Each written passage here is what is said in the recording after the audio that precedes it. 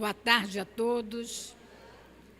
Que a paz de nosso Senhor Jesus Cristo possa permanecer em nossos corações. Nossa primeira lembrança é que tenham desligado os celulares para não interferirem durante toda a nossa reunião. Inclusive, todos sabem que depois nós teremos os passes, os nossos amigos espirituais já estão aqui e tomando conta de cada um de nós, oferecendo aquilo que nos é próprio. Então, precisamos colaborar. Vamos ler uma página de Caminho, Verdade e Vida, intitulada, a página de Emmanuel, intitulada O Cristão e o Mundo. Primeiro a erva, depois a espiga e, por último, o grão cheio na espiga. Jesus, Marcos 4:38. Ninguém julgue fácil a aquisição de um título referente à elevação espiritual. O mestre recorreu sabiamente aos símbolos vivos da natureza, favorecendo-nos a compreensão. A erva está longe da espiga, como a espiga permanece distanciada dos grãos maduros. Nesse capítulo, o mais forte adversário da alma que deseja seguir o Salvador é o próprio mundo. Quando o homem descansa nas vulgaridades e inutilidades da existência terrestre, ninguém lhe examina os passos. Suas atitudes não interessam a quem quer que seja. Todavia, surgindo-lhe ao coração a erva tenra da fé retificadora, sua vida passa a constituir objeto de curiosidade para a multidão. Milhares de olhos que não viram quando desviado na ignorância e na indiferença, seguem-lhe agora os gestos mínimos com acentuada vigilância. O pobre aspirante ao título de discípulo do Senhor ainda não passa de folhagem promissora e já lhe reclamam espiga das obras celestes.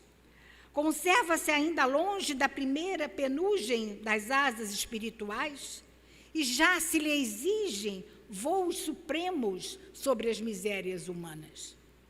Muitos aprendizes desanimam e voltam para o lodo, onde os companheiros não os vejam. Esquece-se o mundo de que essas almas ansiosas ainda se acham nas primeiras esperanças. E por isso mesmo, em disputas mais ásperas por rebentar o casulo das paixões inferiores, na aspiração de subir. Dentro da velha ignorância que lhe é característica, a multidão só entende o homem na animalidade em que se compraz. Ou então, se o companheiro pretende elevar-se, lhe exige de pronto credenciais positivas do céu, olvidando que ninguém pode trair o tempo ou enganar o espírito de sequência da natureza. Resta ao cristão cultivar seus propósitos sublimes e ouvir o Mestre. Primeiro, a erva, depois, a espiga e, por último, o grão cheio na espiga. Vamos orar. Jesus amado, queridos amigos da casa de André Luiz, estamos aqui iniciando mais um estudo, Senhor, em nossa casa, para que possamos entender da maneira correta como evoluir. Sabemos, Senhor, que ainda somos ervas tenras, Senhor, mas temos a certeza, Senhor, que um dia seremos espigas repletas de grãos produtivos, grãos que serão úteis com todos. Que possamos, Senhor, entender no fundo de nossas almas as tuas lições sábias e duradouras. Abençoa a nossa casa, o nosso estudo desta tarde, e que a nossa irmã Silvia traga aquilo que precisamos ouvir. Muito obrigado, Senhor. Que assim seja. Graças a Deus. Teremos hoje a nossa irmã Silvia Rangel, participante da nossa casa há muito tempo, colaboradora das nossas atividades e palestrante aqui e em outros lugares. A ela as nossas melhores vibrações. Hoje ela falará sobre o capítulo 6 do Evangelho segundo o Espiritismo, o Consolador Prometido, um dos capítulos mais importantes, e falará hoje sobre o tópico 6, o Advento da Verdade. Vamos ouvi-la.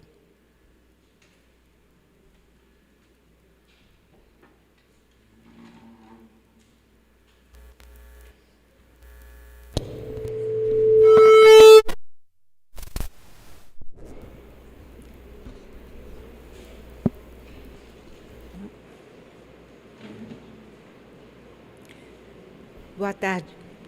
Tá um pouco baixo isso aqui. Não, liguei. Tá on. Peraí. Liguei. Tá ligado.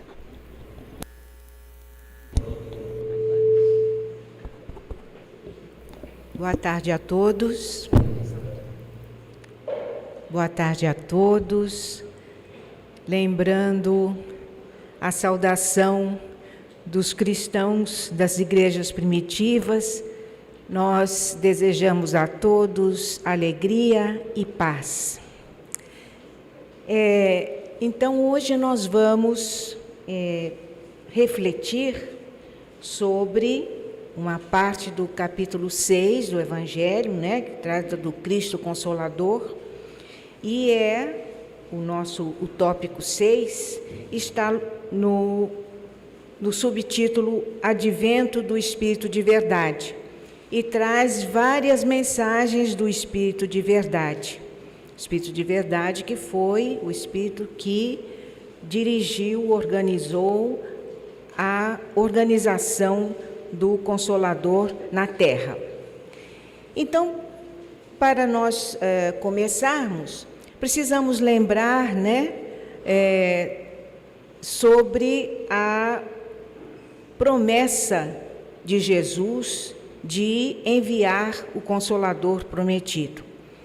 Pouco antes dele partir, né, da crucificação, ele diz para consolar, para animar os seus discípulos, né, que se eles o amavam, que eles tivessem bom ânimo, porque no momento certo ele enviaria o Consolador, que explicaria muitas coisas que ele não havia dito e ficaria com eles, conosco, né, para sempre. E aqui, nos comentários sobre essa passagem de Jesus, Kardec elucida exatamente isso, né, que o Consolador prometido é o Espiritismo, que na época certa, ou seja, no século XIX, quando a humanidade já tinha um desenvolvimento intelectual que permitia que eles entendessem as revelações dos espíritos, que seriam trazidas pelos espíritos, houve então como que uma invasão, entre aspas, né, de espíritos enviados por Deus, né, sob a orientação de Jesus, para justamente explicar muitas coisas que na época Jesus não pôde explicar, porque a humanidade ainda não tinha desenvolvimento intelectual nem científico que permitisse, e veio principalmente lembrar os ensinamentos de Jesus que estavam esquecidos, né? estavam ameaçados pelo materialismo e estavam sendo há muito tempo mal interpretados e mal apreendidos, né? E então o Espiritismo, conforme Kardec explica, né, não veio trazer uma religião nova. O Espiritismo é uma filosofia com base científica, porque Kardec depois estudou o fenômeno mediúnico, né, as manifestações dos espíritos, e explicou como é que essas manifestações se davam. E, sobretudo, o Espiritismo tem uma feição religiosa, moral, baseada no Evangelho de Jesus Cristo. Então, esse é o Espiritismo. E o Espiritismo vem só confirmar os ensinamentos de Jesus. Porque quando nós vamos examinar os 5 pilares, os 5 princípios do Espiritismo, nós vemos que ele só confirma os ensinamentos de Jesus, aprofunda os ensinamentos de Jesus, né? O primeiro pilar é a crença em Deus. Deus, né, que está definido na resposta da pergunta número 1 do Livro dos Espíritos, né, como a inteligência suprema, causa primária de todas as coisas, o Pai, criador de tudo. E por que criador de tudo? Né? Os crentes em Deus sempre acreditaram que Deus é o Criador. Mas o Espiritismo veio explicar que Deus é Criador porque Ele criou a todos nós, espíritos, somos todos criados por Ele, né? E criou o fluido cósmico universal, que é uma energia, vamos dizer assim, que é a matéria básica da qual são feitas todas as coisas que existem no universo. Tanto as coisas mais grosseiras, os mundos materiais, como a Terra, os planetas, tudo, como todas as criações do mundo espiritual, o nosso perispírito, que é o nosso corpo, o nosso segundo corpo, né, que é o corpo que nós levamos quando nós deixamos a Terra, tudo isso é feito do fluido cósmico universal. Por isso que nós podemos dizer, nós então acreditamos, sabemos porque acreditamos que Deus é o Criador, porque nada existiria se não fosse essa criação de Deus, que é o fluido cósmico universal. E nós que somos espíritos criados por Ele. Então, está mais que de acordo, né, com os ensinamentos de Jesus, que o tempo todo falava do Pai, né, que tinha criado a todos, que cuidava de todos, que tinha leis que nós precisávamos obedecer, né? Então, o Espiritismo só confirma os ensinamentos de Jesus. Depois, o segundo pilar, né, é a imortalidade da alma, que Jesus já havia dito, né, quando ele falou que o reino dele não era deste mundo, que ele voltaria para a casa do Pai, e que depois os discípulos o acompanhariam. Ele sempre fazia menção a um mundo fora, né, do nosso mundo material. E o Espiritismo veio, né, explicar, trazer descrições detalhadas de como é a vida no plano espiritual. Depois, então, a terceira base, né, do Espiritismo, né, que é a reencarnação. A reencarnação que foi ensinada por Jesus quando conversou com Nicodemos e disse que ninguém se salvaria, era preciso, para que nós nos salvássemos, entre aspas, nós evoluíssemos, era preciso que nós nascêssemos pela água e pelo Espírito, quer dizer, que nós tivéssemos um novo corpo, né, e nos renovássemos espiritualmente.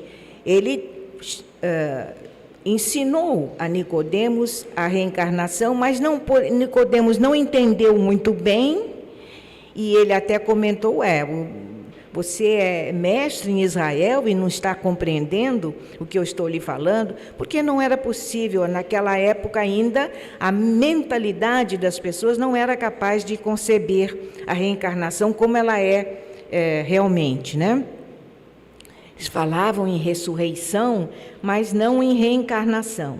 E o Espiritismo, através dos ensinamentos, né, das explicações trazidas pelos Espíritos, vem nos mostrar que nós todos somos espíritos eternos, criados por Deus, criados para sermos um dia perfeitos, todos nós seremos anjos um dia, mas até chegar lá nós teremos inúmeras reencarnações em muitos corpos, em mundos diferentes, e até nos aperfeiçoarmos e chegarmos lá, né?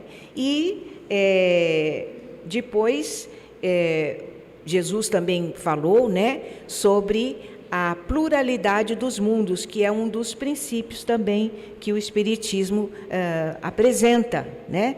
Pluralidade, o universo todo é habitado, né? E Jesus havia dito realmente, né, que há muitas moradas na casa do Pai, mas ele não entrou em muitos detalhes, né? O Espiritismo, então, veio trazer, né, muitas explicações, dizendo que há muitas espécies de mundos, que há mundos primitivos para aquelas almas, aqueles espíritos que acabaram de ser criados, que estão nas suas primeiras encarnações, são mundos ainda muito grosseiros, mundo de expiações e provas, que é como o nosso, onde o mal ainda prepondera, mundos de regeneração, que é que são os mundos que já o mal já não prepondera, embora ainda exista sofrimento, ainda exista mal, mas ele não é preponderante, é para lá que nós estamos caminhando, porque os mundos também evoluem, né?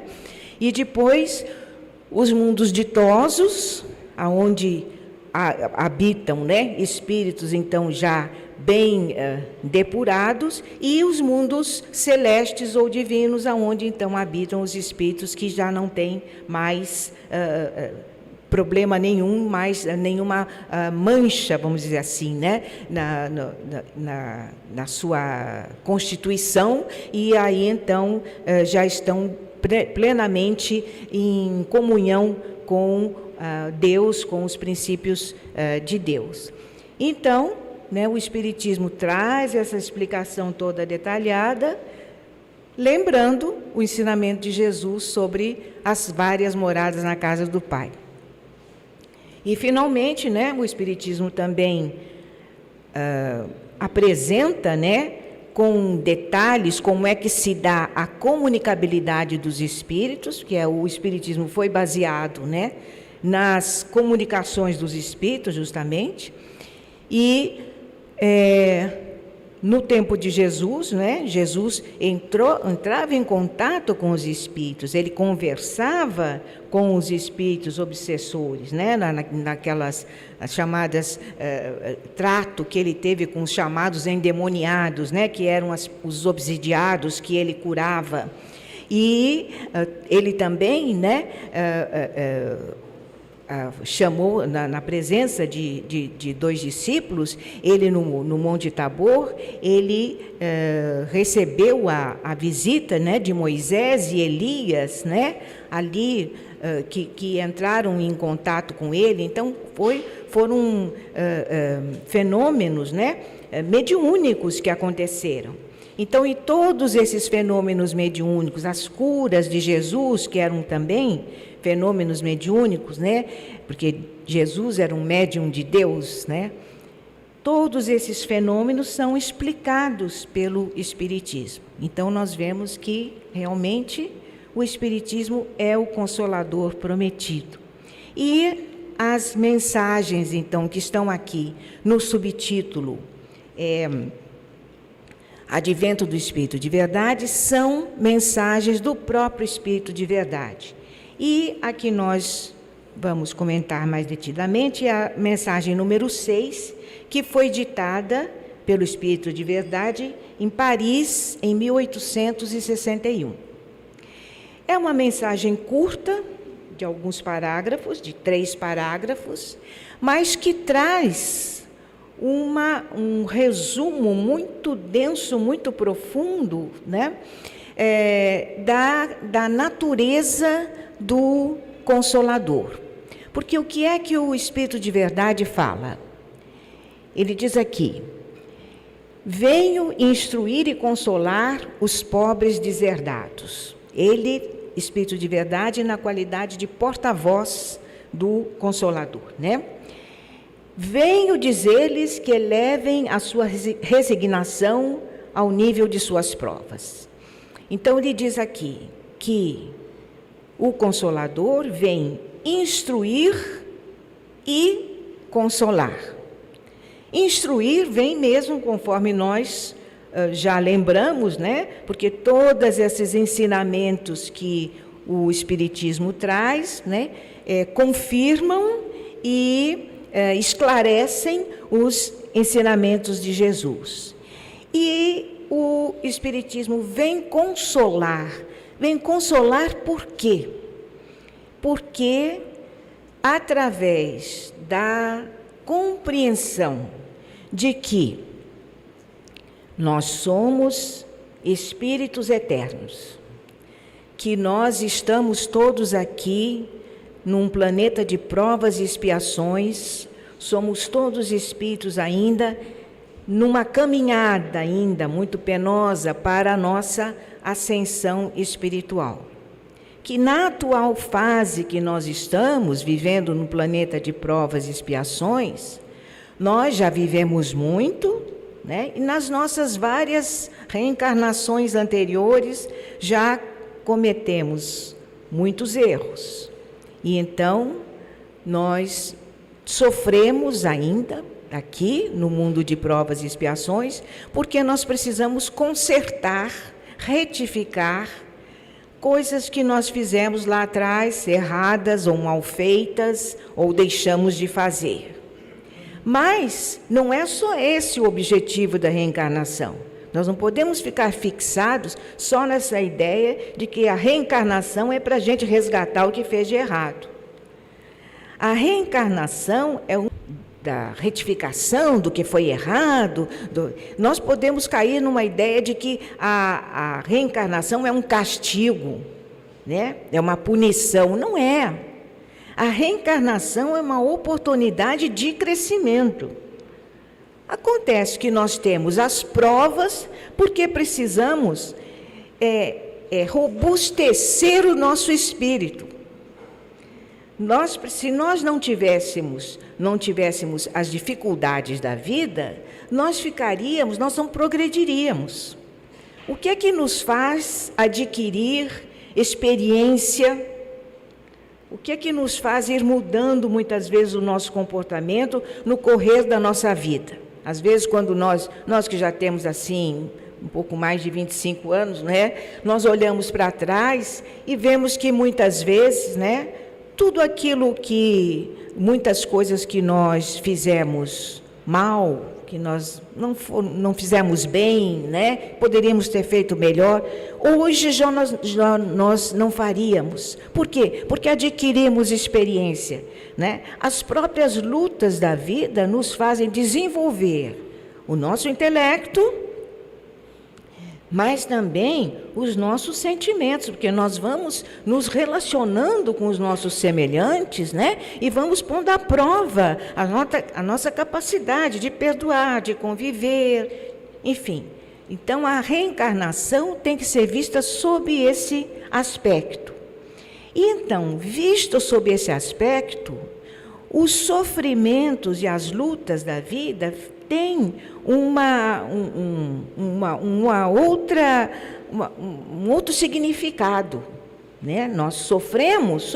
Quando bate o sofrimento, seja ele físico, né, com doenças ou com problemas materiais, seja eles morais, né, com os sofrimentos que nós temos nos nossos relacionamentos, os nossos problemas de família, enfim, as nossas perdas, as nossas decepções, tudo isso que nós vamos encontrando no correr da vida, mas nós analisando sob a ótica do Espiritismo, tudo isso tem um outro significado, que nós estamos passando por isso tudo porque precisamos crescer. Nós somos como aqueles atletas que têm que passar por inúmeros exercícios, né, que exigem persistência, disciplina, para nós adquirirmos robustez para vencermos. Então, é esse o significado da reencarnação. Então, assim, nós adquirimos aqui o que o Espírito de Verdade diz, né? A resignação. Já foi definido, né, pelos Espíritos que a paciência é a aceitação da razão. Nós estamos numa determinada situação, a gente entende aquilo, de que não dá para escapar daquela situação, então a gente fala, bom, vou ter paciência com isso, porque não tem jeito, vou ter paciência. Essa é a aceitação da razão. Mas a verdadeira aceitação é a do coração, é a resignação, que é a aceitação do sentimento que passa pela compreensão de tudo isso que nós falamos. Bom, eu estou sofrendo, né? Gostaria de não sofrer, porque nós todos temos a aspiração à felicidade, porque nós fomos criados para sermos felizes, seremos um dia, quando formos espíritos puros. Mas nós todos temos essa aspiração. Não queremos, né? É ruim sofrer, não gostamos, né? Mas quando nós aceitamos, né? Nós aceitamos no coração que aquilo é necessário para nós retificarmos as coisas que nós fizemos errado, para nós crescermos, para nós desenvolvermos virtudes que nós precisamos desenvolver, aí então nós temos a resignação. Mas a resignação não é uma virtude passiva, não é aquilo, eu estou resignado, não tem jeito, essa situação é assim mesmo, eu tenho que viver assim, estou resignado e não me mexo e não cresço com aquilo, né? Não é isso, porque nós precisamos, a resignação há de ser ativa. E o que é a resignação ativa? É a chamada resiliência, é a capacidade de crescer através do sofrimento e apesar do sofrimento. O famoso que o povo diz, né? Pegar o limão e fazer uma limonada. Essa que é a resiliência e é a resignação ativa. Sempre que nós falamos sobre resignação,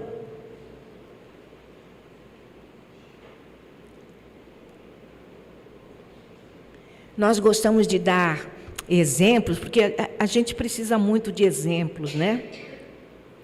Que nos acalentem o coração. Então, pensando sobre essa questão da resignação, eu me lembrei do Jerônimo Mendonça, de quem eu já falei muitas vezes aqui, que é muito conhecido dos espíritas, mas quem não conhece, nós vamos lembrar. Jerônimo Mendonça foi um espírita que viveu em Ituiutaba. Ele nasceu em 1939 e ele era o 9º filho de uma família de 10 filhos, pessoas muito pobres. O pai era lavrador. Desde o começo da vida, ele teve que ajudar o pai, estudou pouco, porque tinha que trabalhar para ajudar a família. E era um rapaz alto, que tinha mais de 1,80 m, mas jovem ainda, com 17 anos, ele começou a apresentar sinais da artrite reumatoide muito severa, e aí ele começou primeiro com dificuldade para andar, a usar muleta. Da muleta ele passou para a cadeira de rodas. Da cadeira de rodas ele passou para um leito, aonde ele ficou até desencarnar com 50 anos. Sendo que no final ele ainda ficou cego, completamente imobilizado, só mexia a cabeça. E, com tudo isso, ele fez obras dignas de serem lembradas. Daqui, tudo que eu estou falando é baseado nesse livro aqui, O Gigante Deitado, da Jane Martins Vilela, que diz aqui na contracapa, nós vamos ver o que diz aqui. Imagine o leitor, um homem totalmente paralítico, num leito há mais de 30 anos, sem mover nem o pescoço, cego há quase 20 anos, com terríveis dores no peito, necessitando o peso de quilos de areia para suportar essas dores, proferindo palestras, cantando, consolando e orientando centenas de pessoas.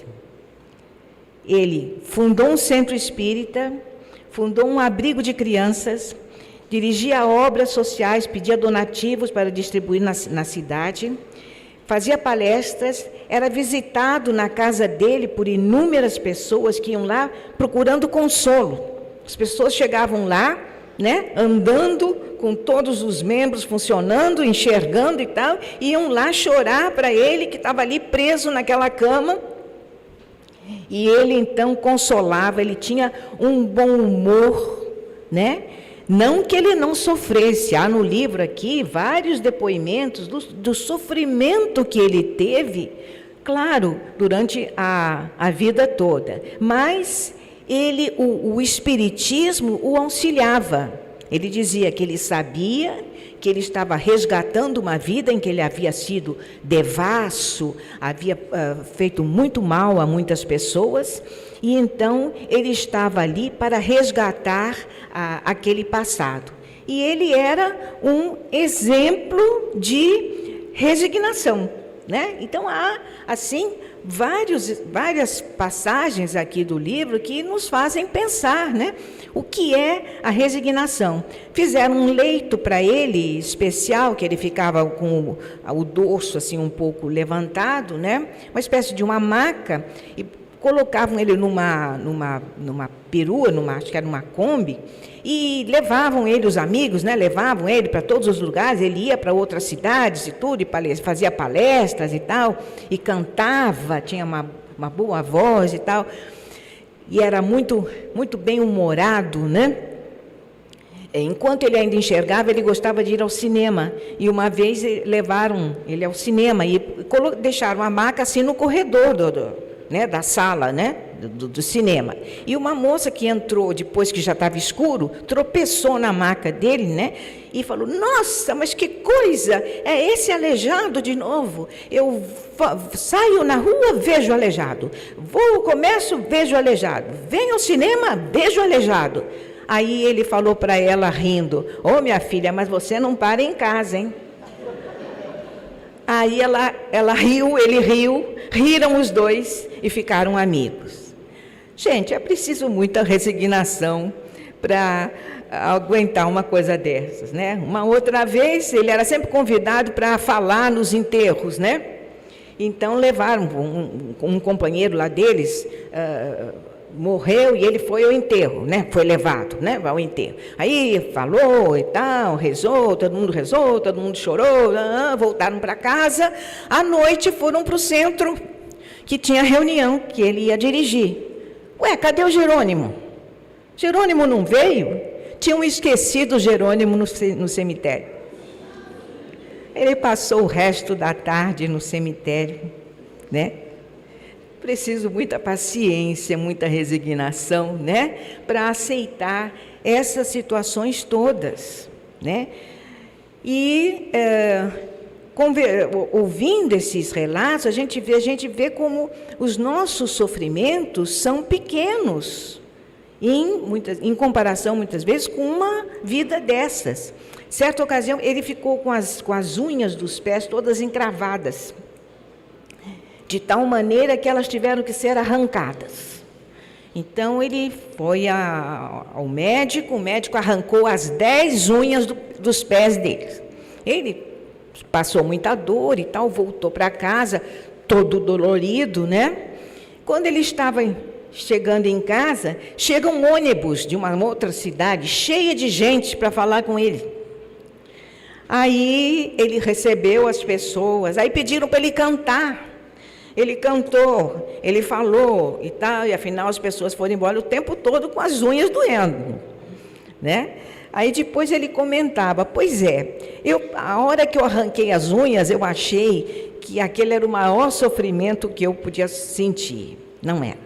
Depois, quando eu cheguei em casa, que tinha aquela gente toda, que eu tive que receber, aí eu vi que era um sofrimento muito maior. Aí depois, quando o pessoal ainda me pediu para cantar e para contar casos engraçados e tal, eu vi então que era um sofrimento muito maior, né? E então ele foi dando sempre, né, esses exemplos, né, de resignação, né? São histórias todas que nos fazem pensar. E a vida toda ele foi assim, né? Ele persistiu. E depois, quando uma vez ele foi entrevistado numa estação de TV, e a entrevistadora perguntou a ele o que ele achava que era a felicidade. Ele falou, minha amiga, para mim que estou aqui imobilizado nesse leito há tantos anos, felicidade seria poder dormir de lado. Não é? Dormir de lado.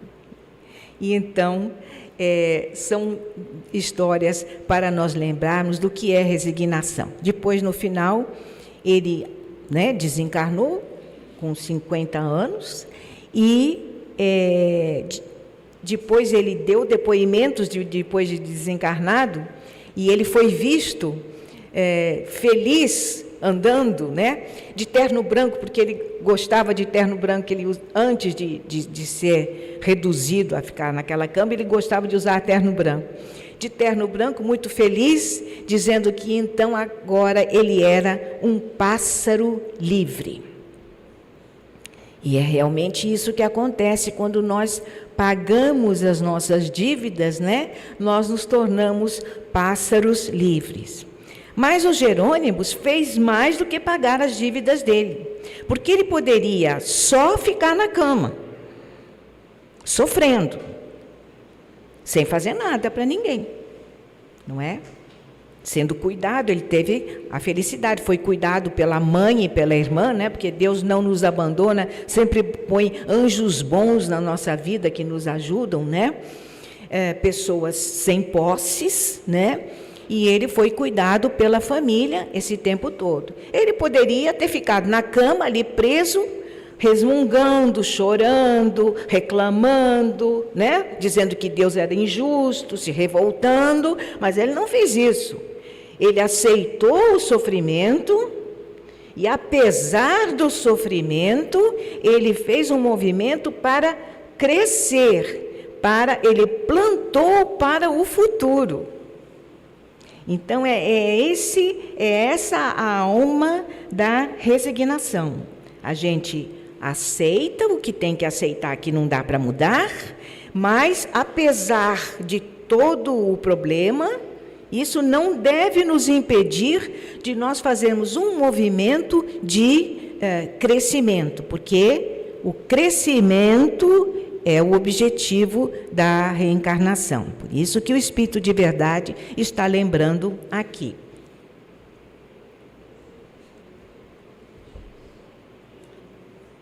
Depois, prosseguindo,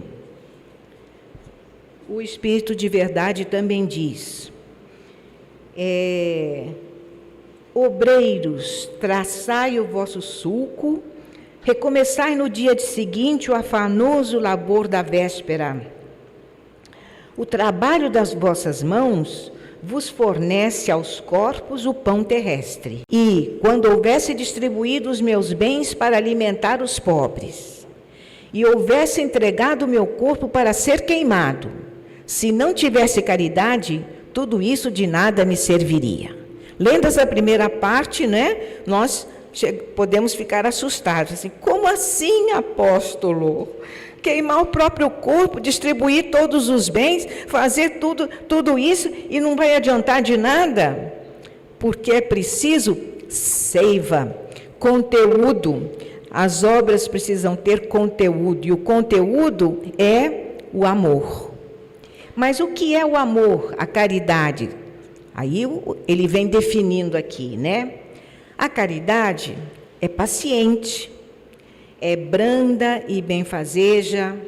A caridade não é invejosa, não é temerária nem precipitada, não se enche de orgulho, não é desdenhosa, não cuida de seus interesses, não se agasta nem se azeda com coisa alguma, não suspeita mal, não se rejubila com a injustiça, mas se rejubila com a verdade, tudo suporta, tudo crê, tudo espera, tudo sofre. Agora estas 3 virtudes, a fé, a esperança e a caridade, permanecem, mas dentre elas a mais excelente é a caridade. E eu gostaria de pontuar o seguinte: todas essas características que o apóstolo dá, né? Todas essas virtudes que ele aponta aqui, né? A paciência, a benevolência, a alegria com o bem do outro. Nada disso, nenhuma hora aqui o apóstolo fala que a caridade é dar esmola. Tudo que ele aponta aqui são comportamentos em relação aos nossos semelhantes. Então, o apóstolo Paulo define aqui caridade como trabalho, comportamento positivo nosso em relação aos nossos semelhantes. E é isso aqui que o Espírito de Verdade está dizendo, que nós precisamos trabalhar pelos nossos semelhantes, ou seja, desenvolvermos atitudes em relação aos nossos semelhantes, sempre ajudando, desejando bem, não ficando com raiva, não nos rejubilando com de mal que acontece com o outro, enfim, tudo isso é que é o nosso trabalho em relação aos nossos semelhantes, né? E ele termina aqui, o Espírito de Verdade, dizendo, né, que nós guardemos no coração esta preciosa doutrina que dissipa o erro das revoltas e vos mostra o sublime objetivo da provação humana. Ele lembra aqui para nós não nos revoltarmos com o sofrimento, não nos revoltarmos com as lutas, porque elas têm um objetivo. E aí é muito interessante que ele faz aqui uma observação, que assim como o vento varre a poeira, que também o sopro dos espíritos dissipe os vossos despeitos contra os ricos do mundo, que são, não raro, muito miseráveis, porquanto se acham sujeitos a provas mais perigosas do que as vossas. Interessante aqui o Espírito de Verdade fazer observação para nós não termos inveja dos ricos.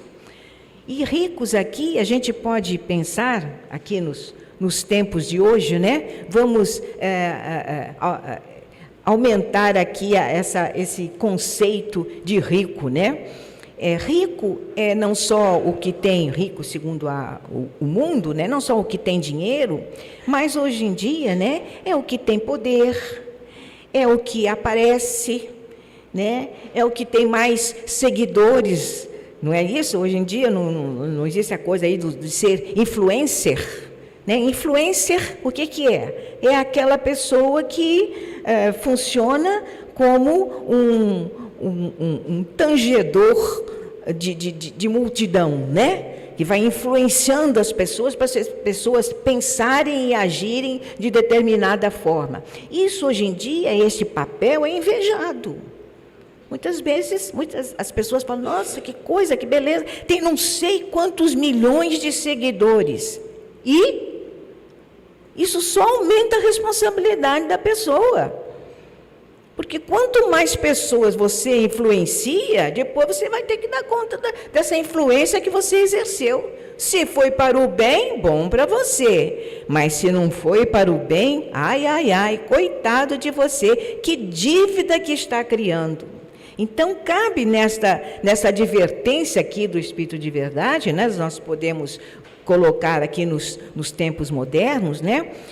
Todas essas imagens de sucesso que existem no mundo hoje em dia, né, que as pessoas invejam, que as pessoas querem ter o poder do outro, querem aparecer como o outro aparece na mídia, aparece né, ou é grande influenciador na internet, né? E então ele diz aqui, olhem, o Espírito de Verdade está chamando a atenção. Não tenha inveja dessas pessoas. Por quê? Porque nós precisamos cultivar os valores do Espírito. É isso que nós precisamos cultivar. E hoje em dia é muito mais difícil, porque nós somos avassalados por convites para termos cada vez mais só valores materiais, não é?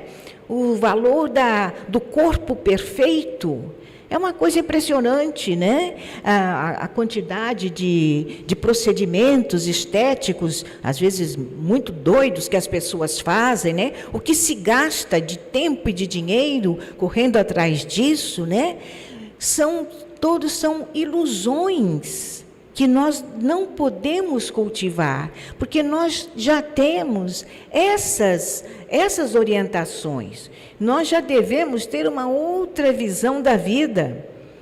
Vamos cuidar do nosso corpo? Sim, claro, porque até no próprio Evangelho existe um capítulo sobre isso, né? A gente precisa cuidar do corpo, até porque nós precisamos dele, porque sem o corpo a gente não vive na terra, né? Então nós temos que cuidar muito bem do nosso corpo para que ele não adoeça, né? Para que ele dure o tempo que for necessário para a nossa encarnação na terra. Queremos deixar o nosso corpo bonitinho, vamos cuidar dele, assim, vamos botar um enfeitezinho, nada mal, né? Porque a beleza faz parte da natureza, né? Os espíritos que fizeram, né, que imaginaram, que organizaram a Terra, né, eram estetas, né? Porque a natureza é um hino à beleza. Então, nada de mal a beleza, nada de mal a beleza física, mas nós somos espíritos, né, provisoriamente presos num corpo de carne que tem prazo de validade, que vai adoecer, que vai envelhecer e que vai morrer. Então é isso que nós não podemos perder de vista e que o Espírito de Verdade está lembrando aqui. Não fique iludido com os valores do mundo, né? E aí ele, por final, ele diz o seguinte: estou convosco e meu apóstolo vos instrui, né? O apóstolo era o Kardec aqui, né? Nesse sentido, nessa ocasião aqui da codificação, né? Bebei na fonte viva do amor e preparai-vos, cativos da vida, alançai-vos um dia livres e alegres no seio daquele que vos criou, fracos para vos tornar perfectíveis. Gente, isso é lindo. A gente tem que prestar muita atenção. A gente pode ler aqui o trecho e falar, nossa, que beleza, que poético. Mas vamos pensar o significado. Ele diz aqui, olha, cultivem os valores espirituais, né, para que um dia vocês estejam livres de todas as dívidas, né, e possam então, né, chegar à compreensão de Deus quando nós formos espíritos puros, né, porque Deus nos criou fracos para nos tornar perfectíveis. Realmente, Ele nos criou fracos. Deus nos criou, né, necessitando desenvolver as duas asas do intelecto e do sentimento, né? Nos criou a todos, simples e ignorantes. E nós viemos aí reencarnando, errando, acertando, caindo, levantando, e Deus ajudando, e os bons espíritos nos ajudando, e a gente está aí, reencarnando. Então, nós estamos todos em busca da perfeição. Deus nos deu a oportunidade de nós mesmos construirmos a nossa perfeição, que nós teremos um dia, a perfeição relativa, como espíritos criados, né? Olha só que beleza, né? Quando um dia lá, né, nos zilhões de anos que ainda restam pela frente, nós formos espíritos puros e nós olharmos para trás, né, a imensa trajetória que nós construímos, né, como nós fomos capazes, com a ajuda e a inspiração de Deus, de chegarmos à purificação. Isso deve ser uma alegria inenarrável. E então é isso que o Espírito de Verdade está dizendo aqui, né? Cultivem os valores espirituais, porque um dia vocês serão espíritos puros, né?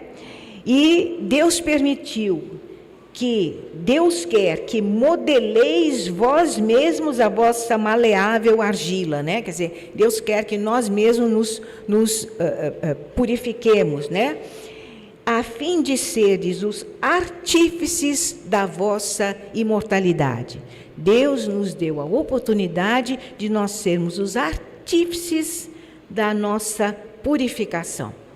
Então, nesta mensagem de só 3 parágrafos, o Espírito de Verdade traz uma recordação de uma quantidade de ensinamentos, né, enorme, que só realmente, né, um espírito de alta envergadura dessa poderia nos trazer. Porque nós analisando, né, quantos pensamentos, quantas conclusões, né, nós podemos chegar, sempre baseados nos ensinamentos que o Espiritismo nos traz, né, que nada mais é que a recordação, né, dos ensinamentos de Jesus que Ele trouxe para nos ajudar nessa nossa trajetória. Então, a nossa profunda gratidão a Deus nosso Pai que nos criou, né, assim, tão imperfeitos para que nós possamos nos construirmos, né? A nossa gratidão a Jesus, nosso Mestre, a todos os espíritos que trouxeram o Espiritismo para nós e a todos os espíritos que até hoje nos apoiam e nos incentivam. E que o Senhor nos abençoe a todos.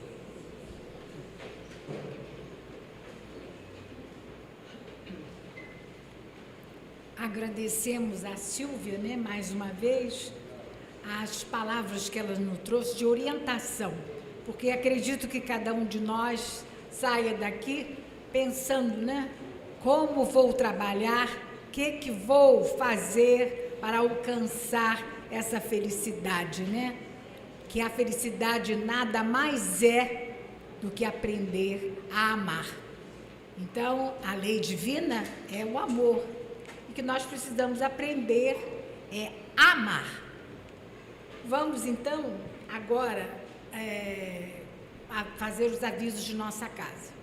Temos uma reunião semelhante a essa, à noite, às 20 horas. Amanhã, às 20 horas também, temos a nossa escola de médiuns, que nós estamos atualmente estudando os livros de André Luiz, o Missionários da Luz. Sábado, pela tarde, nós temos a nossa Juventude Espírita, a Juventude Espírita Bel Gomes. E à noite temos a nossa reunião de tratamento. Domingo pela manhã, costumamos ter a escola de evangelização e à tarde outra reunião idêntica a esta. Mas, pelos próximos 3 domingos, não teremos essa reunião da tarde de domingo, o dia inteiro. Dia 17, no próximo domingo, faremos a festa de Natal da nossa assistência social. As nossas irmãs assistidas virão aqui, haverá uma reunião para elas e receberão a nossa contribuição para que elas levem alguma coisa de material também. No outro domingo, é dia 24, também não haverá reunião.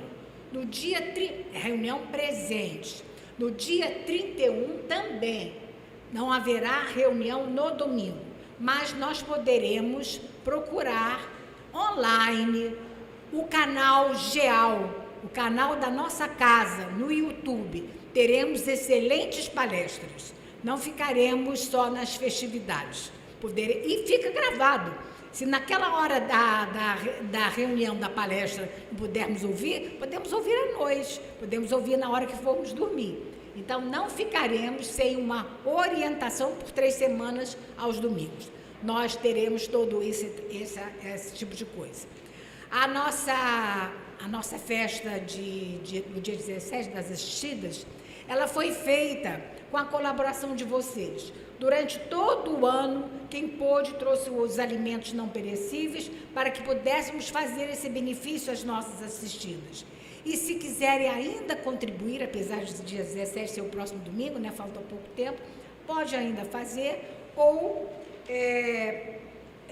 aqui diz assim, gostaria de ajudar, as doações de alimentos não perecíveis são sempre recebidas nos dias de palestra.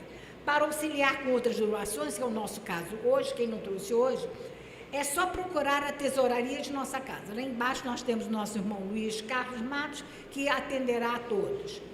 E acho que é só. Agora quero fazer um aviso importante também.